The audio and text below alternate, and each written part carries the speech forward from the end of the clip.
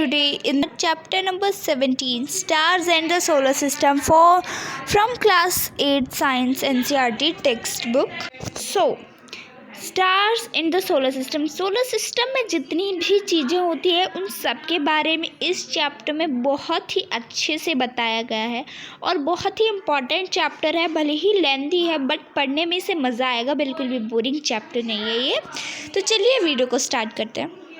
Paheli and Bujo visited their grandparents' village during the summer break. After dinner, they went onto the roof of the house. It was a clear, cloudless night. They were surprised to see a large number of bright stars in the sky.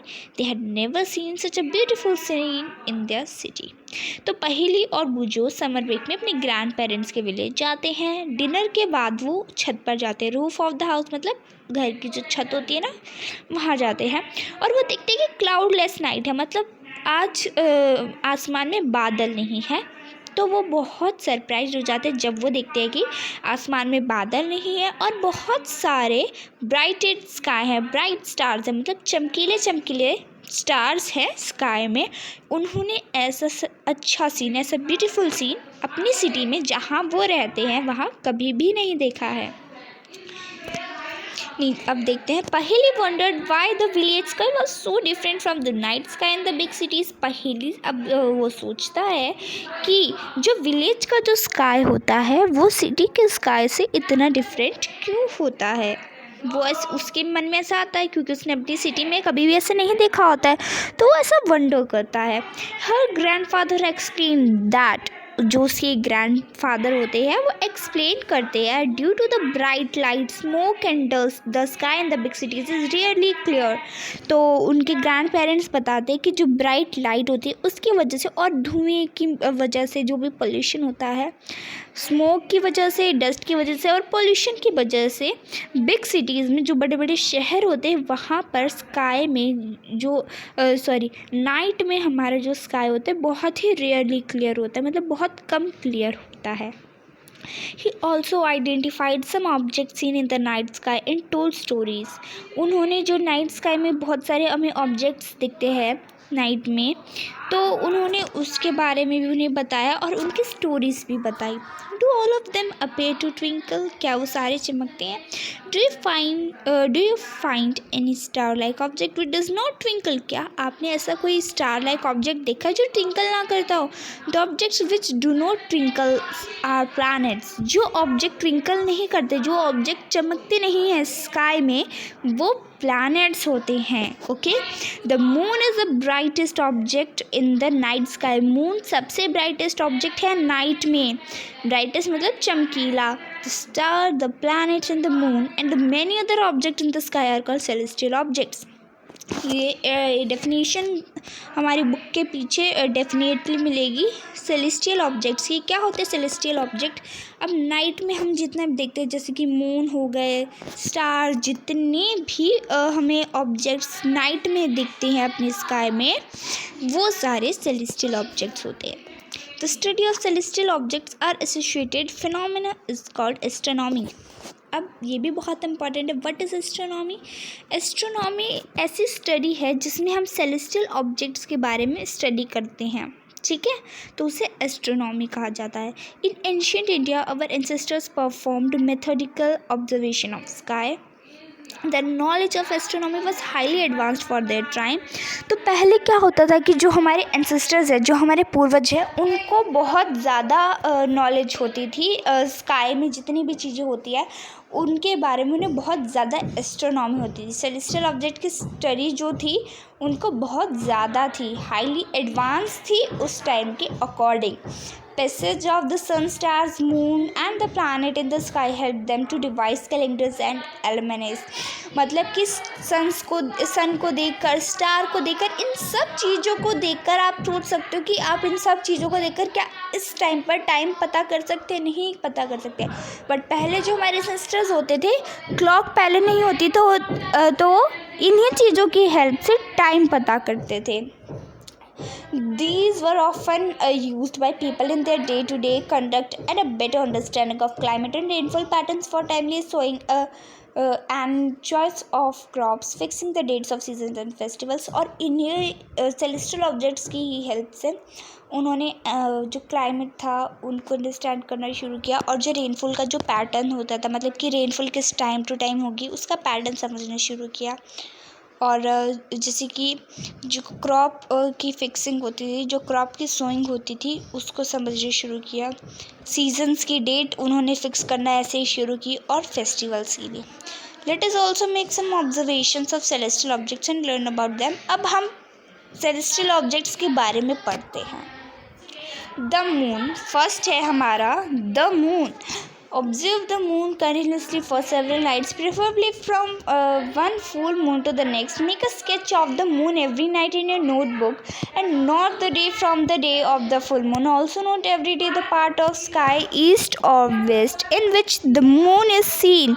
अब इसमें कहा गया है, ये एक activity, आप daily अपने roof पर जाकर सन को मून को ऑब्जर्व करना है आपको, कि जो उसकी शेप है, जो उसका साइज़ है, वो कैसे चेंज हो रहा है, और उसको डे बाय डे आपको अपनी कॉपी में नोट करना है। जैसे कि फुल मून है तो उसके बाद वो कब कम होते जाता है और कब वो फिर से फुल मून आ जाता है, ये सब आपको ऑब्जर्व कर कर अपनी नोटबुक में ड्रॉ करना है।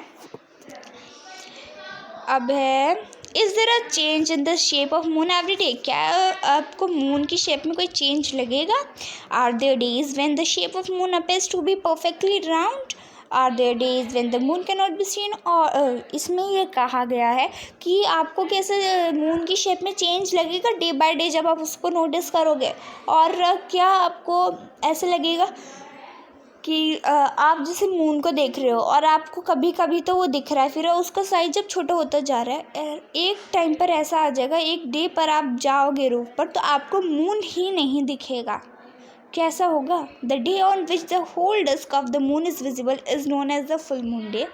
जिस दिन हमें पूरा मून दिखता है उसे हम फुल मून डे कहते हैं। There after every night the size of bright part of the moon appears to become thinner and thinner. On the 15th day of moon is not visible. और जैसे ही दिन होते जाते हैं तो मून का साइज़ कम होता जाता है, और 15th डे पर मून हमें विजिबल नहीं होता है। तो ये इम्पॉर्टेंट है, कौन से डे पर हमें मून विजिबल नहीं होता है? 15th डे पर। This day is known as new moon day, और इसी डे को न्यू मून डे कहते हैं। The next day only a small portion of the moon appears in the sky. अब नेक्स्ट डे हमें बहुत ही कम पोर्शन दिखेगा मून का स्काई में। This is known as crescent moon, और इसे हम कहते हैं crescent moon. Then again the moon grows larger every day, और ऐसे ही फिर उससे क्या होता होगा कि मून का जो साइज़ है वो बढ़ता जाता है। On the 15th day once again we get a full view of the moon, और फिर से जो नेक्स्ट 15th डे आएगा उस पर हमें फुल मून दिखता है।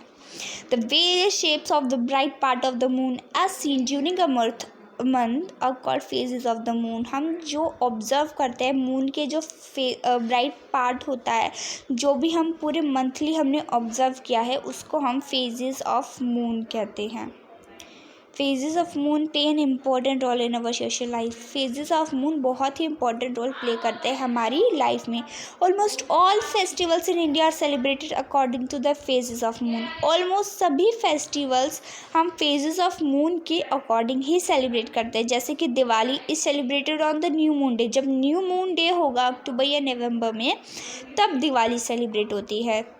बुद्ध पूर्णिमा और गुरु नानक बर्थडे ये फुल मून डे के दिन सेलिब्रेट करते हैं। Mahashivratri also celebrated on 13th night of warning moon. जैसे कि जब फुल मून डे आएगा तो उससे 2 दिन पहले महाशिवरात्रि सेलिब्रेट होती है। Eid ul Fitr is observed on the day following the sighting of the crescent moon. हाँ, जब क्रिसेंट मून का डे होता है तब ईद उल फितर हम सेलिब्रेट करते हैं। The time period between one full moon to the next full moon is slightly longer than 29 days. मतलब 29 डेज का ऑलमोस्ट टाइम पीरियड हो जाता है। What does the moon change in the shape every day? Let us try to understand why phases of moon occur. चलिए अब देखते हैं कि जो फेजेस ऑफ मून है वो कैसे होते हैं।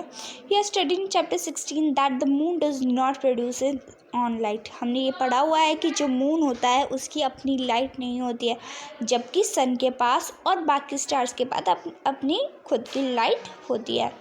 हमने ये देखा है, we see that the moon because the sunlight falling on it gets reflected towards us, we therefore see only that part of moon. जब मून सन के अराउंड मतलब चक्कर लगाता है तो जो मून का पार्ट अर्थ की तरफ होगा वही पार्ट हमें दिखता है, बाकी पार्ट हम नहीं देख पाते हैं, वो सन की तरफ रिफ्लेक्टेड होता है। ये यहाँ पर एक एक्टिविटी है।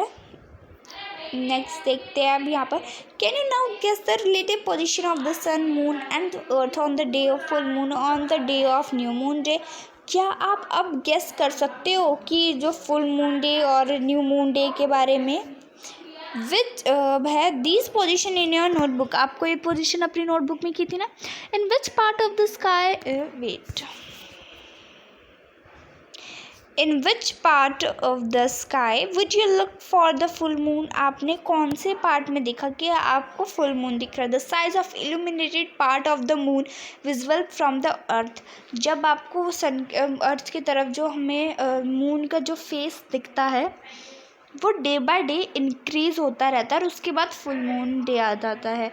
फुल मून डे के बाद जो सनलाइट होती है, जो सनलाइट का जो उधर का पार्ट होता है, वो डे बाय डे मून की विजिबिलिटी जो होती है अर्थ से वो डिक्रीज़ होती जाती है, साइज़ में डिक्रीज़ होती जाती है। I have heard that we never see the back side of the moon from the earth, is it true. क्या ये ट्रू है कि मैंने सुना है कि जो मून का जो बैक का साइड का पार्ट होता है वो हमें विजिबल नहीं होता। Is this true? The moon completes one rotation on its axis as it completes one revolution around the earth। Moon अपने ही एक्सिस पर एक रोटेशन कंप्लीट करता है around earth in one revolution. Revolution अलग है, रोटेशन अलग है।